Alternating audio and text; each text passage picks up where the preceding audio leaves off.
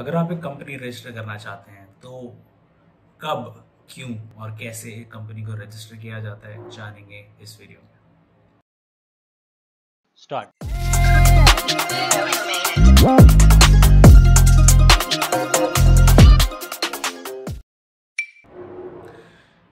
तो एक company registration का जो प्रोसेस होता है ये मोस्टली जो है वो सीएस करते हैं। हम सीए चार्टर्ड अकाउंटेंट जो होते हैं उनको हम अपने कंपनी के बारे में इंफॉर्मेशन देते हैं and then they go ahead and register company. Before you register company, before आप एक कंपनी को रजिस्टर करते हैं तो उसमें बहुत सारे प्रोसेस होते हैं, लेयर्स होते हैं। ये समझना होता है कि हमको कंपनी को क्यों और कैसे रजिस्टर करना चाहिए, अगर करना भी है तो क्या इस वक्त करना फ़ायदेमंद है। तो हम उन क्वेश्चंस को इस वीडियो में जानेंगे।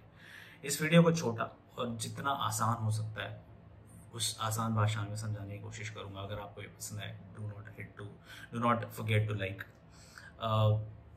मोस्टली रॉ ही होगी, अनएडिटेड, तो I hope you like it.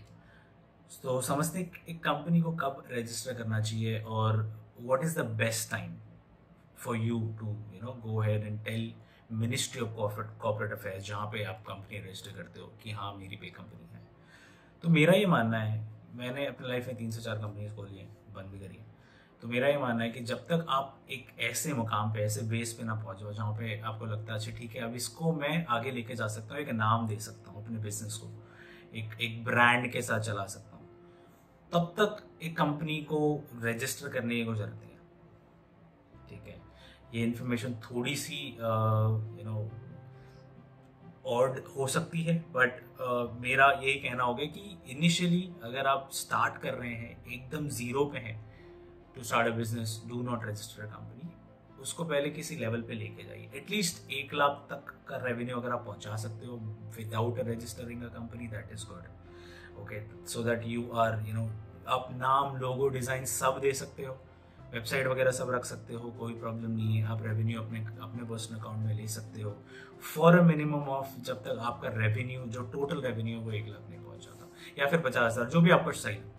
ठीक है, जहां आपको लगता है अच्छा ठीक है आप एक लेवल पे आ गए जहां it is very very very necessary now to register the company and apply for taxes, क्योंकि जैसे आप कंपनी रजिस्टर करोगे आपको टैक्सेस, आपको वो सब कुछ मंथली जीएसटी वगैरह वगैरह आपको पे करना पड़ेगा।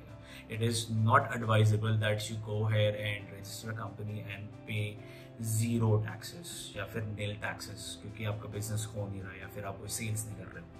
तो जब तक आप कुछ सेल्स नहीं करने लग जाते हो तब तक आप एक कंपनी को, मतलब अगर हो सकता है तो खुद से बिजनेस को थोड़ा सा सेटअप करने की कोशिश करिएगा। पहले जंप मत करिएगा कंपनी को रजिस्टर करने के लिए। सो ये हो गया when to start a company and also why to start a company. If you want to start a company, why is because at some point of time एक मुकाम आएगा जहाँ पे आप अकेले अपने नाम पे ये बिजनेस नहीं कर पाओगे। आपको गवर्नमेंट को दिखाना पड़ेगा that you are running a company and you are willing to pay the taxes which you have to. ठीक है, क्योंकि जब आप पर्सनल इनकम आपकी एक्सटेंड होने लगती है तो आपको कंपनी शो करके उसके अंदर आपको आपकी कंपनी के सारे काम्स को एडजस्ट करना पड़ता है। So that is one thing. Secondly, company अगर हम रजिस्टर करने जा रहे हैं तो कौन से टाइप्स के कंपनीज सेटअप होते हैं इंडिया में। सिंपली अगर समझें तो 4 तरह के होते हैं, वैसे और भी हैं। 4 तरह के नॉर्मली होते हैं। एक होता है सोल प्रोप्राइटरशिप, एक होता है लिमिटेड लाइबिलिटी पार्टनरशिप, एक को प्राइवेट लिमिटेड कहते हैं, एक है public limited which is different all together. ठीक है, सो अगर आप एक अकेले सोलोप्रेन्योर, नॉट अलग, सॉरी, आप एक अकेले सोलोप्रेन्योर हैं, then you can register it as a sole proprietorship. It is basically the same. अगर आप कंपनी रजिस्टर करना चाहते हैं before giving it a name, before actually making some sales, still if you think कि चलो company register कर लेते हैं, बैंक अकाउंट वगैरह खोल लेते हैं, तो आप सोल प्रोप्राइटरशिप रजिस्टर कर सकते हो। It is similar to your name, बस आपके नाम को एक ब्रांड मिल रहा है और कुछ नहीं है। ठीक है, again if you are expanding you have to move it from sole proprietorship to something else in the future which is very very very required। तो बेसिक एकदम जीरो लेवल पे अगर आप एक कंपनी स्टार्ट करके ऑपरेट करना चाहते हो तो मेरा सजेशन ये रहेगा कि आप एक सोल प्रोप्राइटरशिप कंपनी स्टार्ट करें। उसके बाद आता है limited liability partnership. Limited liability partnership वो होती है जिसके अंदर दो लोग साथ में मिलके आके एक कंपनी को रजिस्टर करते हैं, जिसके अंदर कुछ अमाउंट ऑफ शेयर्स किसी और के पास होते हैं, आप दोनों के बीच में बंटते हैं बेसिकली। तो ज़रूरी नहीं है कि वो 50-50 ही हो, it can be 70-30, it can be 10-90। It's not basically dependent on percentage, ये परसेंटेज पे डिपेंड नहीं करता है, ये शेयर्स पे डिपेंड करता है कि आप एक दूसरे को कितना शेयर्स अलोकेट करते हो। एक फेस वैल्यू डिसाइड होता है शेयर का और उस हिसाब से वो अलोकेट करता है। इसको हम नॉर्मली परसेंटेज वाइज लेके जाते हैं क्योंकि शेयर्स के हिसाब से वो परसेंटेज डिवाइड हो जाता है। उसके बाद आता है private limited company. Private limited company को स्टार्ट करने के लिए मिनिमम यू नीड 2 पीपल और ये मैक्सिमम 200 लोगों तक जाता है। और इसमें भी यही लिमिटेड लाइबिलिटी पार्टनरशिप की तरह ही एक पार्टनरशिप ब्रैकेट बनता है जिसके अंदर आप शेयर्स अलोकेट करते हो। सो एक प्राइवेट लिमिटेड कंपनी, और अगर आप एक प्राइवेट लिमिटेड कंपनी खोलते हो तो the benefit is that you get much more, you fall into much more tax liability और आप expand कितना भी कर सकते हो। It is easy for you to get board members। जब कंपनी expand होने लगती है तो private limited is the best option for you to go for, क्योंकि और अलग members आएंगे, easy होता है चीज़ों को change करना इन फ्यूचर में। इसलिए कहा जाता है कि जब भी आप एक कंपनी रजिस्टर कर रहे हो तो प्राइवेट लिमिटेड ही ऑप्ट करना चाहिए। तो उससे पहले अगर आप प्राइवेट लिमिटेड नहीं ऑप्ट कर रहे हैं और एक छोटा सा 2 लोगों के बीच में काम करना चाहते हो तो go for limited liability partnership. But when your target और गोल इज टू एक्सपैंड, जब आप एक्सपेंशन देखते हो तो go for a private limited company. उसके बाद हम ये भी जानेंगे कि यूएस में ये कैसे काम करता है। तो यूएस में भी हम अपनी कंपनी को रजिस्टर कर सकते हैं अगर आप यूएस में डील करते हो तो। कुछ स्टेट्स में ये ज़रूरी है that you have to be a citizen of US. आपको यूएस का सिटीजन होना पड़ेगा in order to register company US. However कुछ ऐसे भी हैं कंपनीज जैसे firstbase.io हो गया या फिर डेलावेयर एक स्टेट है यूएस में जहाँ पे ये ज़रूरी नहीं है कि आपको एक यूएस का सिटीजन होना चाहिए। आप कहीं से भी अक्रॉस द ग्लोब एक कंपनी को रजिस्टर कर सकते हो यूएस में।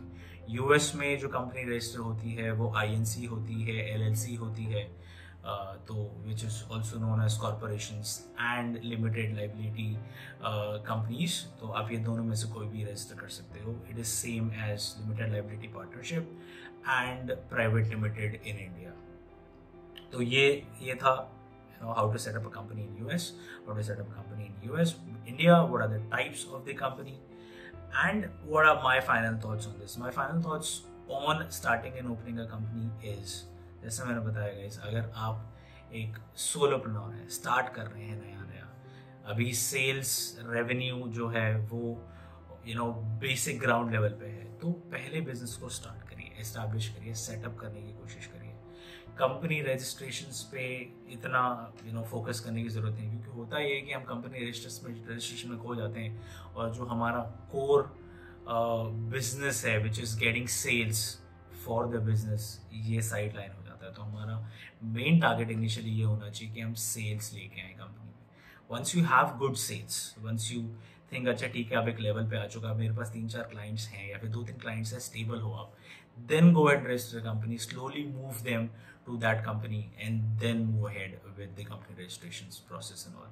Hope you like it and hope you enjoy the video. Hope I was able to add some value. मैं कुछ information आपको provide कर पाया। अगर आपको ये information अच्छी लगी है, अगर आपको कुछ समझ में आया, कुछ knowledge मिला है, let me know in the comment box below what else we should bring in and what corrective methods should I use to go and improve on my video skills and speaking skills if possible. I know that I use a lot of fillers. So yeah, thank you so much guys for again watching this video. See you once again in the next video. Until then, Prashant Rana, Seva Samant.